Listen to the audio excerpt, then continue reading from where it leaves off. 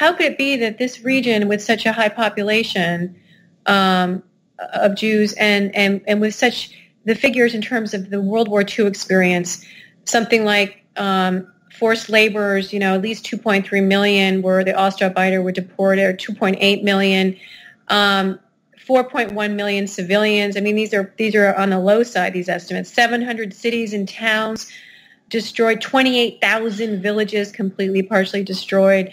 And I thought at the time that the estimates were about 900,000 Jews were killed in Ukraine, and now the estimates are up to 1.4, 1.5. So it was not only under-researched, it was underestimated. It was underappreciated.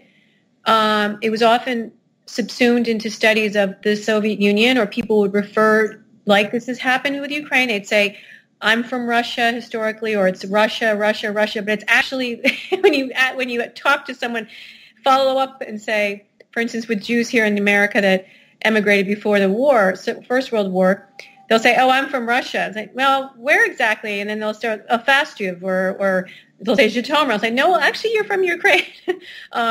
So it just, only with the collapse of the Soviet Union and the establishment of Ukraine's independence in 1991 was it able to come out in its actual national narrative story to understand the degree to which the country was absolutely, devastated by the Second World War and coming after the worst years of Stalinism.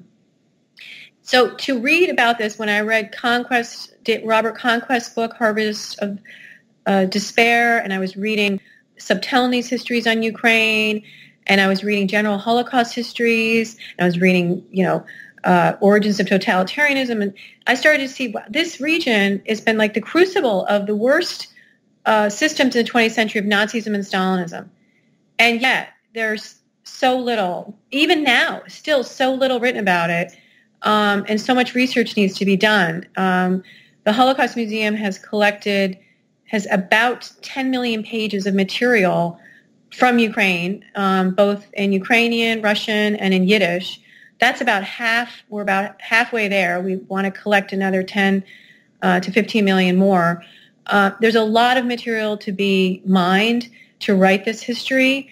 And so I just kind of, as I said, moved in this direction because I could see that here was a major lacuna, and not only just a gap, but a gap with huge humanitarian implications, huge moral ethical implications, that those many lives were lost and those stories were not told, and that they can be told, that we can do this work and we can find out those stories.